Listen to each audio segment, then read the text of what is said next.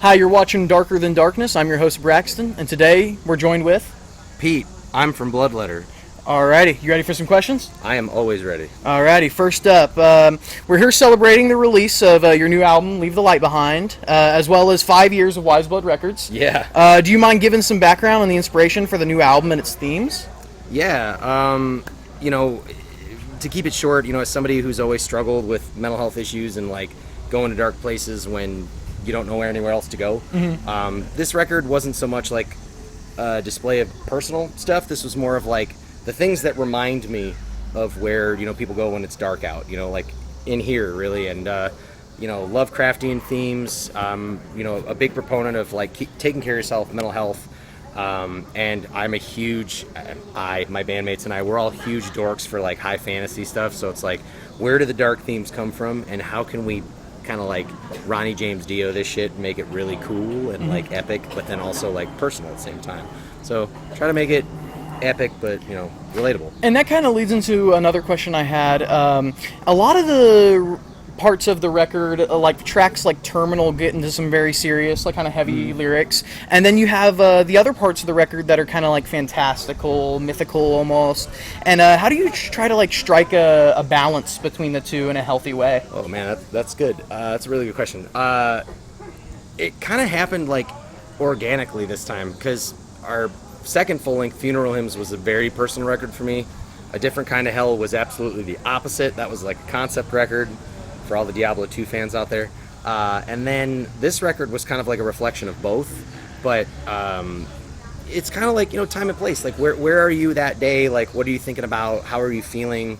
What's happening around you? And then you kind of go with whatever inspiration hits. Like, it's not like I'm sitting there thinking, like, I have to write a song about this.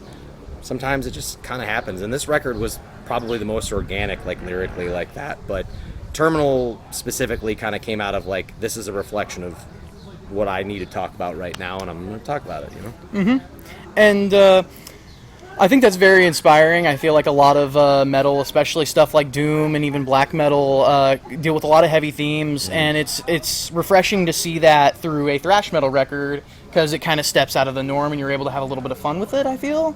Yeah, I'd say so, because like musically, like we don't sound like we're slow or a downer band or anything like that. Like we're trying to just keep things lively and quick and interesting. Like most of us played in punk bands first, and like Pat, our lead guitar player, was in a band where he and his other guy were like shredders. Like we want to make the music interesting. We want to make people's attention get caught right away. But like lyrically, it's all about what complements the music when it can do so best. Much like my bandmates walking by right now. Complements this best, And with 5 years of Wise Blood Records and coming up on 15 years of Bloodletter, correct? Yeah, we're close to 15. Yeah, it's kind of crazy. 12 and a half now, I think. Yeah. Yeah. Since 2012 or 2013? 2012 was when it like started up here, and then I started writing tunes, and then our drummer and I started working towards the end of 2012. Yeah, so better part of 13. Yeah. So with that in mind, where do you see Bloodletter in 5 years? Man, I don't know. It's tough. Like, we all love playing music. We all love, sharing what we do with everybody. And, like, as long as I'm alive and breathing, like, music to me is, like, my life, and it's, like, what I do. It's tough. The industry's competitive. You're making content. You have to make records. You have to do all these things. The 5-year plan for us is honestly just kind of the same. It's always been, like, let's just be good people and be good to each other and write music we enjoy playing, and if we keep writing, great, and if we don't, let's keep playing, and if we don't keep playing, then let's enjoy what we have while we have it, the day that we have it. You know what I mean?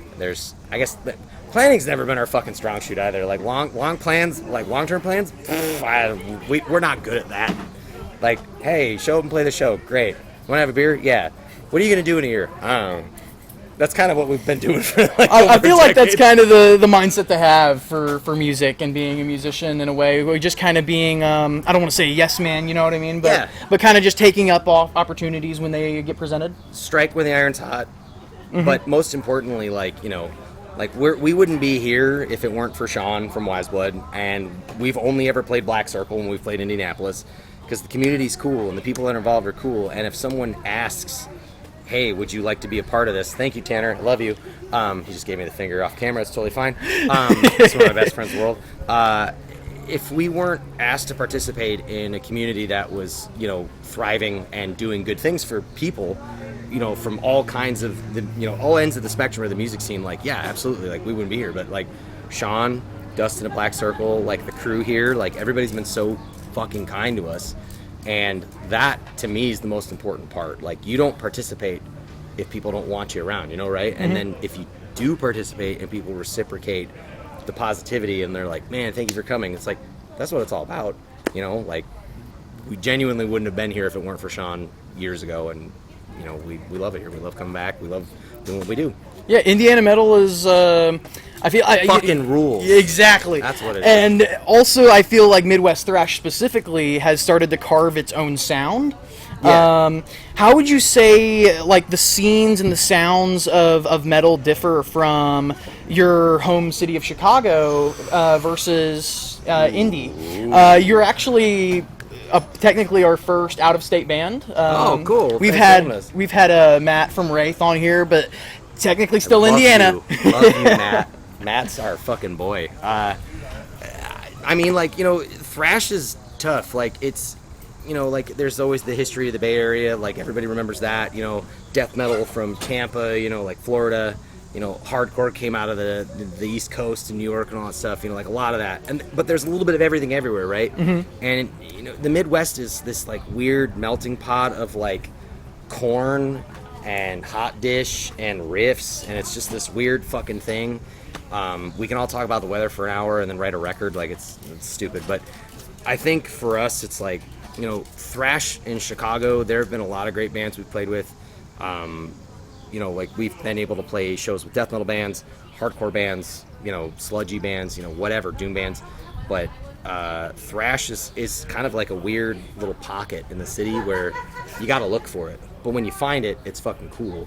But, comparing what we do, like, we're sluts for, like, Swedish death metal and, like, harmonized guitar riffs and stuff like that. And that's, like, our bread and butter. And we really haven't found a lot of bands that do that back home. But, like, any thrash band, like Texas Chainsaw Massacre, Rain, the dudes from Vicious Attack, I'm gonna completely draw a blank on who all we've played for, because it's been so long. But, like, it's a cool mix there. And then, like, you think about bands like Wraith, like, they're doing the cool, like, old school 80s blackened thing, but also, like, it's hard as shit. Like, that goes hard like Power Trip. And for me, like, I love Wraith. I was literally drinking beer from my Wraith koozie earlier today. Hi, Matt. Again, I love you guys. And I was talking to Chris, their bassist, literally on the drive down here today. But then, like, you look, like, to the East Coast, like, there's bands like Lich King that are really nailing the fucking, like, 80s, but also tech sound. And then you've got bands like Bottom Like Blood out in the West Coast.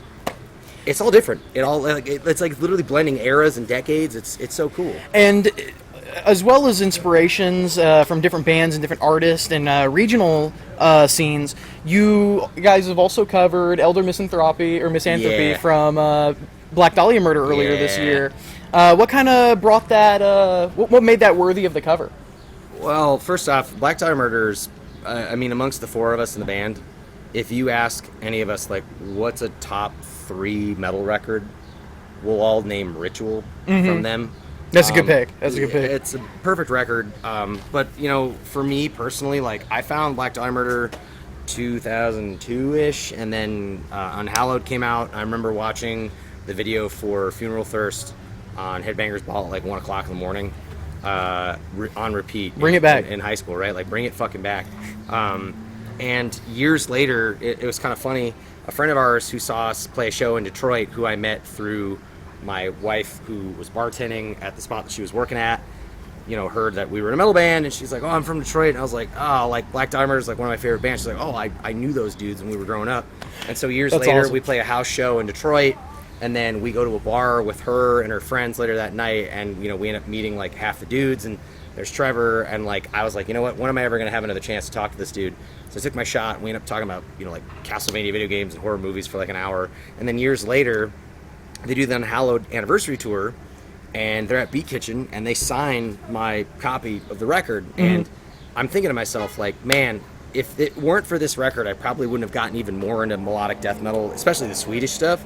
But like, what those dudes have done for modern metal, specifically for me personally too, the like outright wave of positivity, even though they're writing songs about like the most morbid shit in the world, right? They're still like out there to have more fun than you. We're on stage, you're in the audience, we're gonna have more fun than you. And they really fucking nailed that. And seeing them as often as I did, those dudes, like, I don't know, like, they really like amped me up as like, I want to write more music, I want to write more epic stuff, I want to like try to communicate more grandiose epic themes. And like Trevor's lyrics and Brian's riffing, like, phew. Also, shout out to Ryan Knight. He's a killer guitar teacher. Thank you, Sensei. Thank you.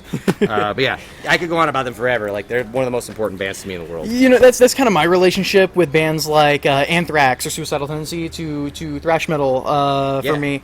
And for your guys' style of thrash metal, it's been described by a lot of people as being melodic thrash metal. How do you take that label as opposed to just hearing like just good old vanilla thrash or technical thrash? Like, is that the intention you guys are trying to go creatively? 1,000% We the joke was like, why play the riff once when you could play it twice harmonized? You know, like we're Iron Maiden fans. We love At the Gates, Creator. I mean, I got Thin Lizzy tattooed on me. Like, we're all about the harmonized guitar riff, right? Like, we wear it as it's our uniform. It's our badge of honor. Like, we love communicating the melody through the guitars, because I don't sing clean vocals, but we want the guitars to do something a little different, a little more interesting, you know, like rather than two guitars playing the same thing, play the riff twice at the same time. That's the big IQ move right there. And not only is it just like a really fun like stage presence thing, it also just sounds so fucking good. Thank you. Like I appreciate that. I feel like in metal especially, like I feel like when you hit thrash metal and traditional heavy metal, the more guitars the better. You know what I mean? 1,000%. With Iron Maiden, they got like 3 or 4 guys at a time. Yeah, they got 3 guitar players and it whoops ass. Like, why wouldn't you do that? It's so cool. Exactly. We're gonna get you out of the heat. No, thank you so much for filming this with us today. No, thank you, Brax. Appreciate you. And I appreciate your time. Thank you. Give me another one of those. Yeah, of course. Thank you.